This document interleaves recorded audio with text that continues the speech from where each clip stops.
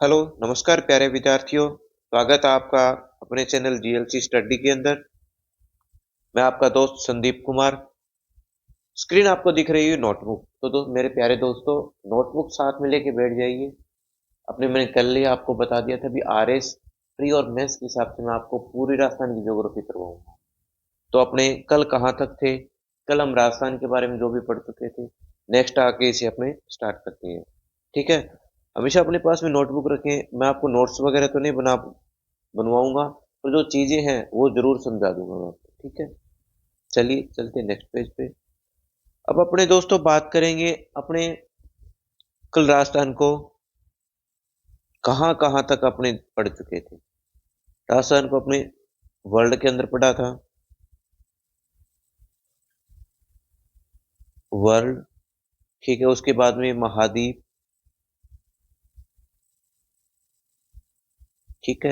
एक भू राजनीतिक दृष्टि से अपने देखा था, ड्रीमलैंड वाली बात, ठीक है। और गोलार्ध के अंदर अपने पढ़ चुके भी राजस्थान कहाँ कहाँ और किस कौन के अंदर। तो आज हम बात करेंगे भारत में। नेक्स्ट अपने बात करेंगे राजस्थान है वो भारत में कहाँ पर है। राजस्थान है वो भारत में, ठीक है।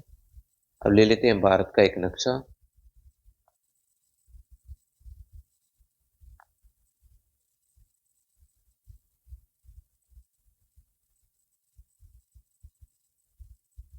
लाइब्रेरी से अपने उठाते हैं, ये ले लिया अपने भारत का नक्शा और ये किया अपने डन।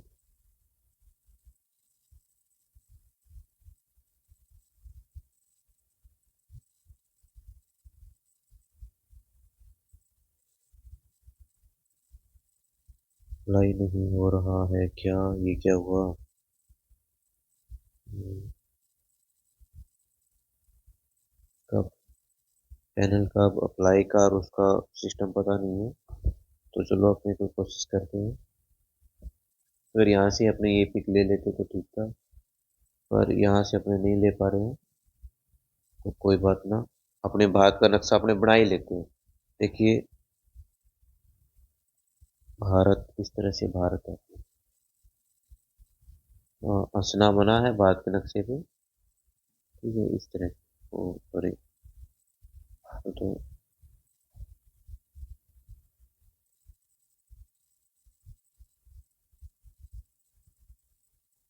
इस तरह से अपना भारत है। तो अपना राजस्थान कहाँ पर है? यहाँ पर है। और ये अपने ले लेते हैं दिशाएं,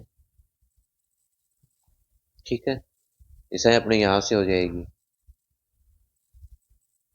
पूर्व, पश्चिम, उत्तर और दक्षिण, ठीक है। जो ये अपने ये लिया है इसमें थोड़ा सा चेंज, जो ये है ये यहाँ से लिया जाएगा इस तरह से, ठीक है। तो अपने कल बात की थी भी भारत किस दिशा में हो गया, उत्तर और पश्चिम। पहला इसका किस दिशा में है? उत्तर पश्चिम। ये बात तो अपनी हो गई। उसके बाद में अपने बात करते हैं कौन। कौन अपने बात किया था, ये कौन था? ये कौन सा था? ईशान कौन? ईशान। ये कौन सा था? नैऋत्य। ये कौन सा था? अग्नि। और ये वायव्य, ठीक है। तो भारत की स्थिति में राजस्थान है वो कौन से कोण में है? वायव्य में, ठीक है। कौन से में? वायव्य के अंदर, ठीक है। अब अपने बात करेंगे राजस्थान के विस्तार के बारे में। राजस्थान का विस्तार, विद्यार्थी मेरे प्यारे विद्यार्थियों, विस्तार है वो किसी भी क्षेत्र का दो तरीके से अपने देखते हैं, उसका अक्षांश और देशांतर। अक्षांश और देशांतर के हिसाब से।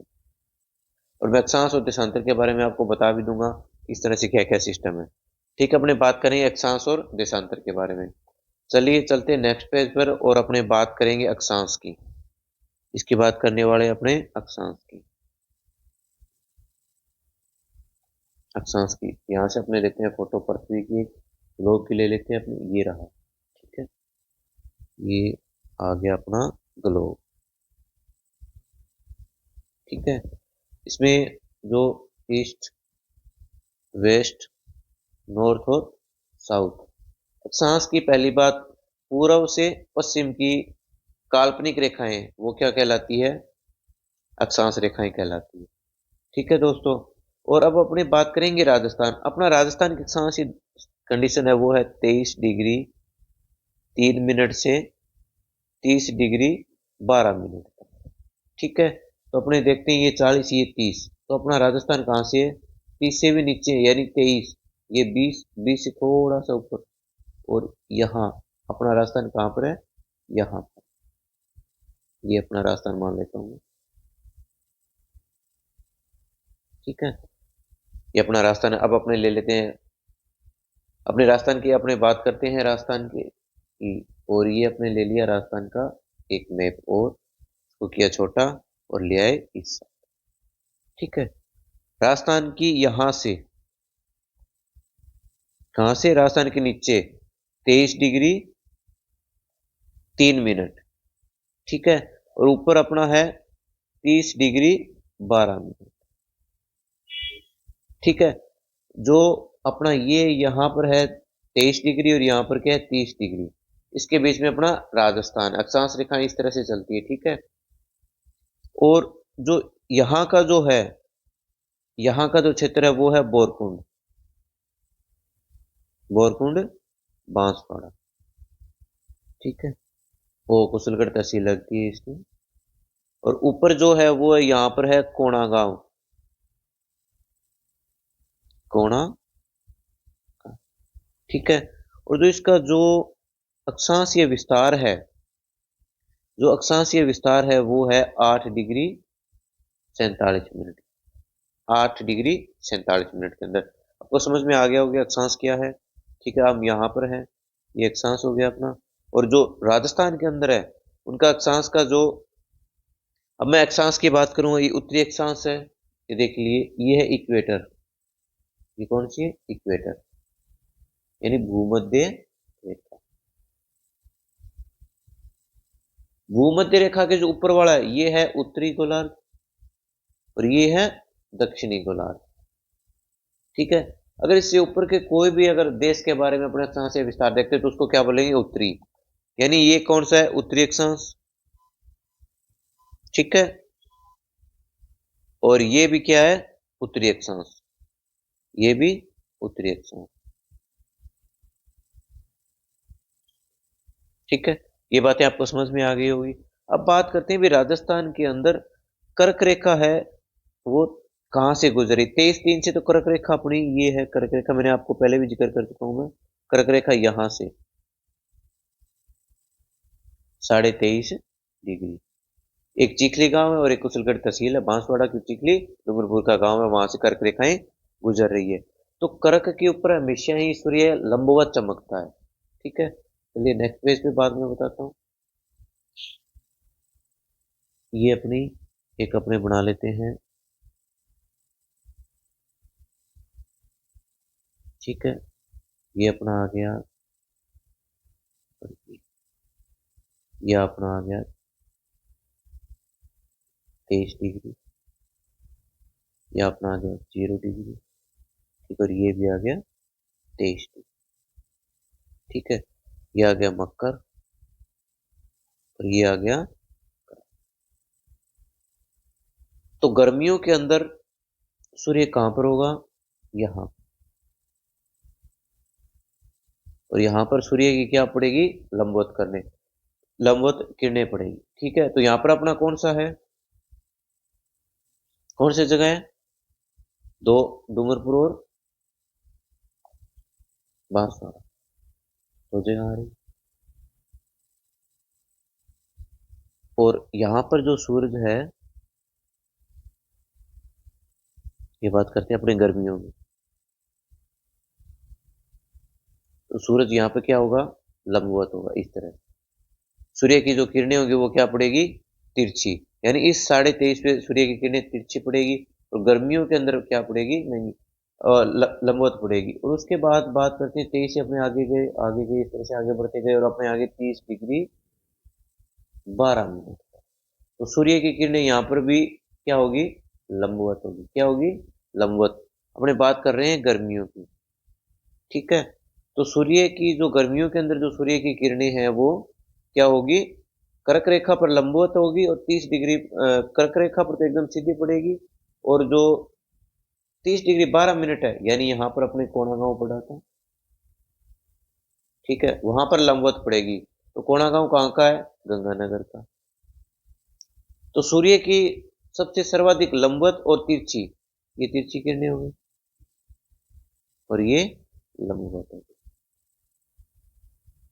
तो गर्मियों में सूर्य की लंबवत किरणें कहां पर पड़ेगी, कर्क रेखा पर डूंगरपुर बांसवाड़ा, और तिरछी कोणागांव श्रीगंगानगर यानी गंगानगर के अंदर पड़ेगी। यही अगर इसका उल्टा कर दें, अगर अपने बात करते हैं यहाँ पर सर्दियों की, अलग पेन ले लेता हूँ मैं यहाँ से, अपने बात करते हैं सर्दियों की। तो सर्दियों में सूरज कहाँ पर होगा, यहाँ पर होगा, और यहाँ की क्या होगी, किरणें क्या होंगी, लंबवत, और यहाँ पर किरणें क्या होंगी, तिरछी, और अपने साइड में और भी ज्यादा तिरछी होगी। तो यहाँ पर अपने क्या होती है, सर्दी, यानी सूर्य की किरणें न पहुंचने के कारण यहाँ पर क्या होती है, सर्दियां यहाँ पर होती है। ये बात आपको समझ में आ गई होगी। उसके बाद में मैं बात करता हूँ करक संक्रांति, मकर संक्रांति, उसके बारे में, ठीक है। चलिए नेक्स्ट पेज पे चलते हैं। उसी तरह से अपने एक डायग्राम बना लेते हैं। ये बना लिया आपने, ठीक है। यहाँ से 0 डिग्री,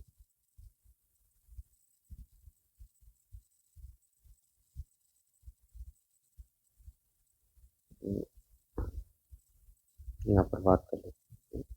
यहाँ पर अपने बात करते हैं 21 जून की बात करते हैं, ठीक है। दूसरी बात करता हूँ मैं 22 दिसंबर की, और एक बीच में बात करता हूँ मैं अपने 21 मार्च, और सेकंड बात करता हूँ मैं 23 सितंबर, ठीक है। सूर्य, ये रहा सूर्य, और 21 जून को सूर्य की किरणें कहाँ पर होगी, एकदम लंबवत होगी, ठीक है। तो उस दिन क्या होगा, करक संक्रांति, उस दिन उसको क्या बोलेंगे अपने, करक संक्रांति,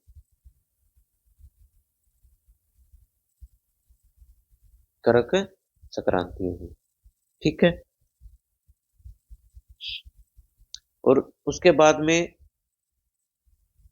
मैं आपको एक और डायग्राम के हिसाब से बता देता हूँ। ये देखिए अपना, ये है पृथ्वी, और ये है भूमध्य रेखा, और ये है कर्क रेखा, ठीक है, पतली सी कर देता हूँ, और ये है मकर रेखा। अगर सूरज यहाँ पर होगा, ये रहा सूरज, ये रहा सूरज, सूरज की अगर किरणें सीधी अगर कहां पर पड़ेगी, कर्क रेखा पर, तो किरणें का मकर रेखा पर क्या होगी, तिरछी होगी। तो यहां पर अगर सबसे बड़ा दिन होगा, तो सबसे छोटा दिन कहां पर होगा, 22 दिसंबर को, यानी मकर रेखा पर। अगर 21 जून को सबसे बड़ा दिन अगर उत्तरी गोलार्ध में, तो सबसे छोटा दिन कहां पर होगा, मकर रेखा के ऊपर, ठीक है। और इसी तरह से फिर सूरज यहां से क्या होगा, धीरे धीरे यहां पर आएगा, फिर आ गया यहां पर 0 डिग्री पर सूरज आ गया। तो सूरज की सीधी किरणें कहां पर होगी, भूमध्य रेखा पर। तो 21 जून से वो आगे धीरे धीरे चलेगा, धीरे धीरे चलेगा, तब क्या होती है, 23 सितंबर। तो उस दिन भी सूरज क्या होगा, इनके ऊपर होगा, ठीक है। तो सूर्य की किरणें कहां पर पड़ेगी, 0 डिग्री पर लंबवत पड़ेगी। फिर उसके बाद में धीरे धीरे इस तरह से फिर आएगा यहां पर मकर रेखा पर। अगर मकर रेखा पर सीधी किरणें पड़ेगी, तो अपने कहां पर, अपने क्या होगा, तिरछी किरणें। कर्क रेखा पर क्या होगी, तिरछी किरणें होगी। तो वो दिन आता है 22 दिसंबर, उस दिन भूमध्य रेखा पर जब सूर्य होता है 22 दिसंबर, उस दिन सबसे बड़ी रात होती है अपनी, ठीक है। ये मैं बातें आपको लिखवाऊंगा, आगे बताऊंगा मैं अक्षांश और देशांतर के अंदर, ये सिर्फ नॉर्मल आपको बता रहा हूँ, ठीक है। फिर सूरज यहाँ से वापिस चला, इस रेखा पर यहाँ से चला, और फिर वापिस यहाँ पर आ गया। कहाँ पर, पहले यहाँ पर आया 21 जून को, ठीक है। फिर 21 जून के बाद में यहां पर आया, कब आया? 23 सितंबर को। फिर भूमध्य रेखा पर आया, वो आया अपने 22 दिसंबर को।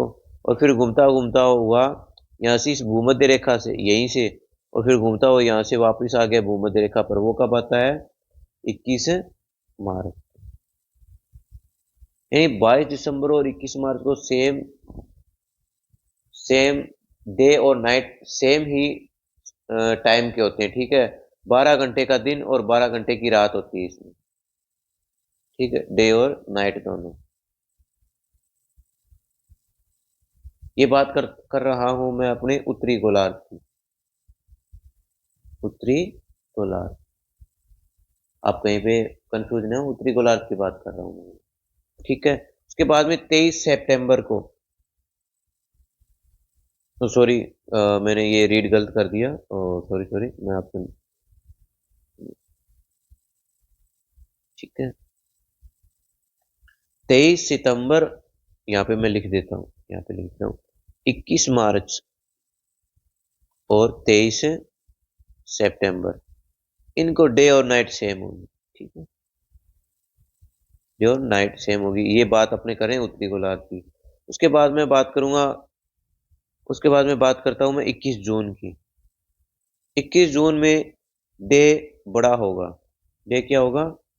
बड़ा होगा। और 22 सितंबर को नाइट बड़ी होगी।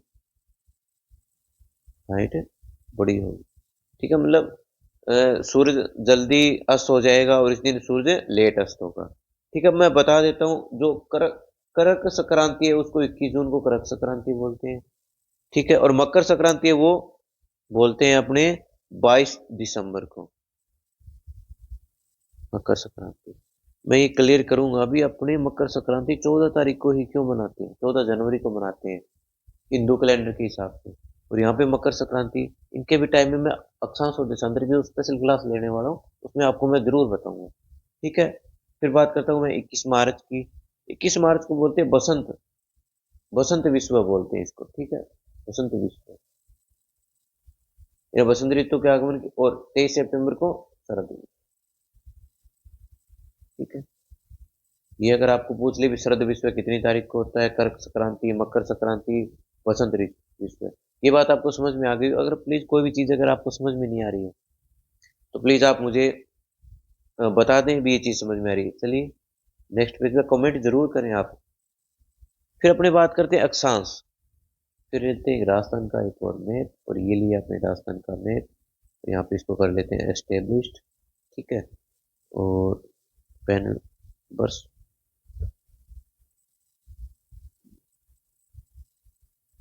क्या हो गया? चलिए कोई बात नहीं है, इसको अपने नीचे ले आते हैं, थोड़ा सा इसको छोटा कर लेते हैं, और ये किया अपने ओके। ठीक है, यहाँ से अपने 23 डिग्री 3 मिनट से चले थे, और यहाँ पर 30 डिग्री 12 मिनट पर अपना राजस्थान क्या हो गया। ठीक है, तो अक्षांश जो मध्य अक्षांश है वो उसको बोलते हैं 27 डिग्री। ठीक है, 23 से 30 के जो मध्य है वो लगभग राजस्थान के बीचों बीच जाती है, उसे कहते हैं 27 डिग्री। देखिए दोस्तों, वो जाती है जैसलमेर। ठीक है, जैसलमेर से फलोदी, नागौर, डीडवाना कुचामन, फिर उसके बाद में जयपुर ग्रामीण। ठीक है, उसके बाद में दौसा, और फिर भरतपुर। ये ये मैं बात कर रहा हूँ 27 डिग्री। तो राजस्थान की जो मध्य से जा रही है वो है 27 डिग्री। कौन सा? 1 number Jaisalmer, 2 number Phalodi, 3 number Nagaur, 4 number Kuchaman Didwana, 5 number Jaipur ग्रामीण, 6 नंबर दौसा, और 7 नंबर भरतपुर से। ये क्वेश्चन लगभग एक दो बार आया भी है भी, राजस्थान के जो मध्य का अक्षांश है वो कितना डिग्री है और कौन से डिस्ट्रिक्ट से जा रहा है। तो जो सबसे ज्यादा जो अक्षांश है वो आप इस मैप में देख के मुझे बताइए भी, सबसे ज्यादा अक्षांश कहाँ पे है? देख लीजिए सभी सभी, जैसे राजसमंद है ये भी थोड़ा इस तरह से। ठीक है, और इससे ज्यादा क्या है? पाली, पाली से ज्यादा है। सर्वाधिक जो अक्षांश है, मैक्सिमम अक्षांश है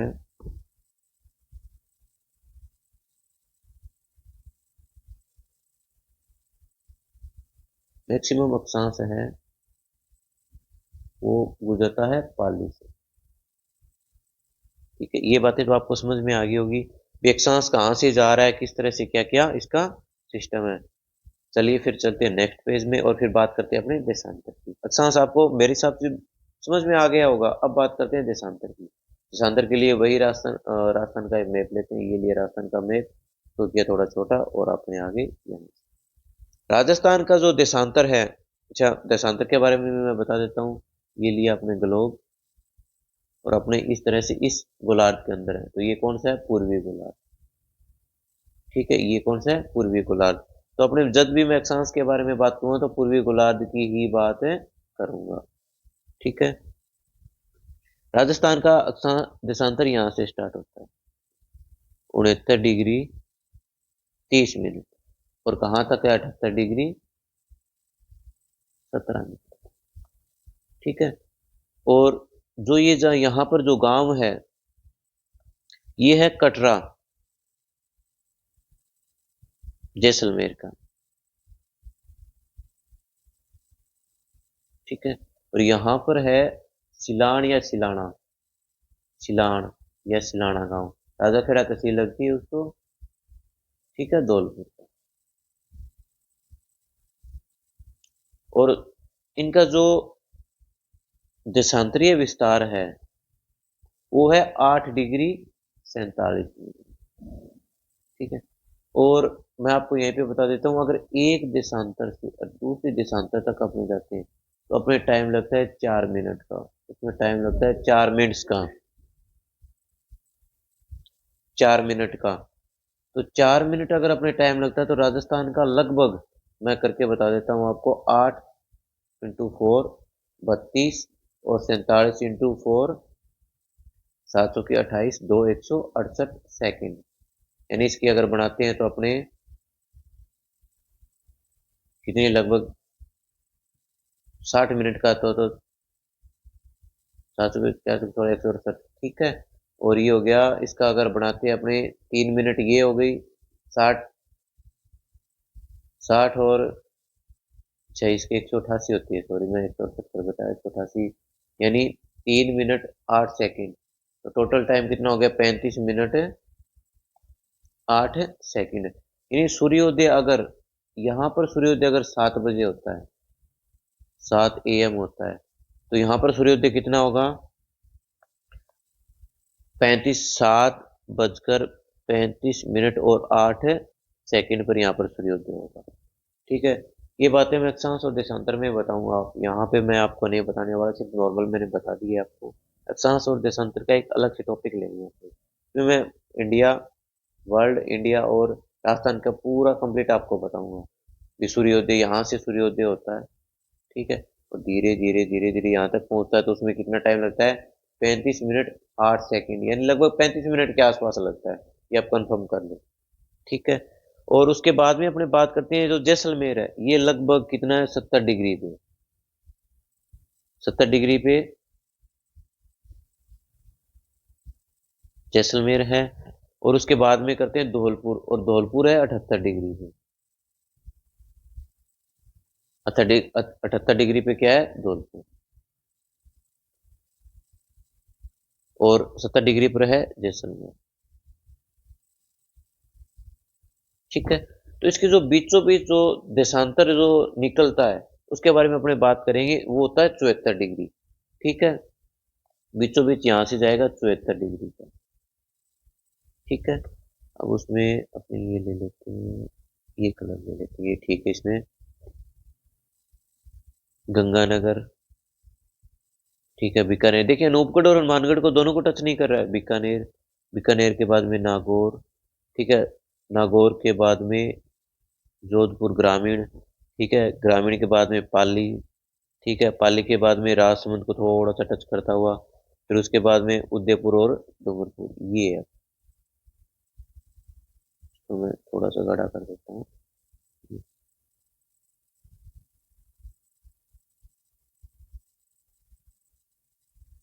ये अपना है 74 डिग्री। ठीक है, अपने इसको हिंदी तौर पर लेते हैं। गंगानगर 1, बीकानेर 2, नागौर 3, जोधपुर ग्रामीण 4, पाली 5, उदयपुर 6 और डूंगरपुर 7। यानी 7 डिस्ट्रिक्ट से होकर अपना क्या निकलता है, देशांतर 74 डिग्री। तो मैंने आपको पहले भी बताया था, मैं नोट्स नहीं बनाऊंगा, पहली बार है, मैं आपको सिर्फ समझाऊंगा। नोट्स के लिए तो आप मार्केट के अंदर भरपूर किताबें आई है, ठीक है, आप कौन सी भी किताब पढ़े, तो रीजंस ये होता है मैं आपको कितना समझा सकूं। अगर जो भी चीज़ अगर आपको अच्छी नहीं लग रही है, समझ में नहीं आ रही है, प्लीज़ मुझे कमेंट कर दें, ताकि मैं उसको और सुधार कर सकूँ, आप तक और पहुंचा सकूँ। ठीक है। उसके बाद में अपनी बात करते हैं अक्षांश और देशांतर के जो मध्य, यानी ये अपना राजस्थान मान लेते हैं, और ये अपने अक्षांश और देशांतर जो इसके जो बीचों बीच है, उसको बोलते हैं लापोलाई गांव। लापोलाई, लापोलाई गांव, वो पड़ता है नागौर।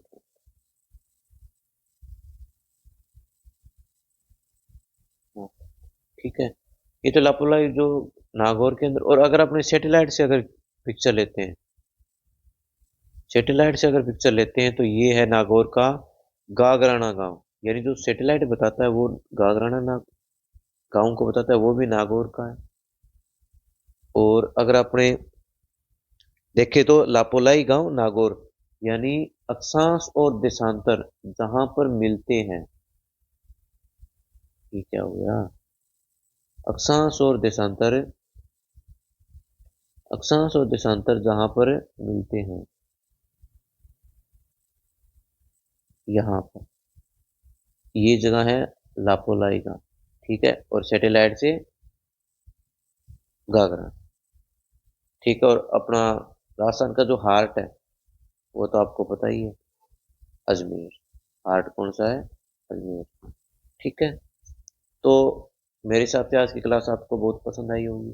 प्लीज़ अपने दोस्तों से शेयर कर दें, ताकि मेरा भी मनोबल बढ़ा रहे, और सब्सक्राइबर जैसे ही बढ़ते मैं लाइव आने की कोशिश करूँगा। तो आज के लिए धन्यवाद। Thank you.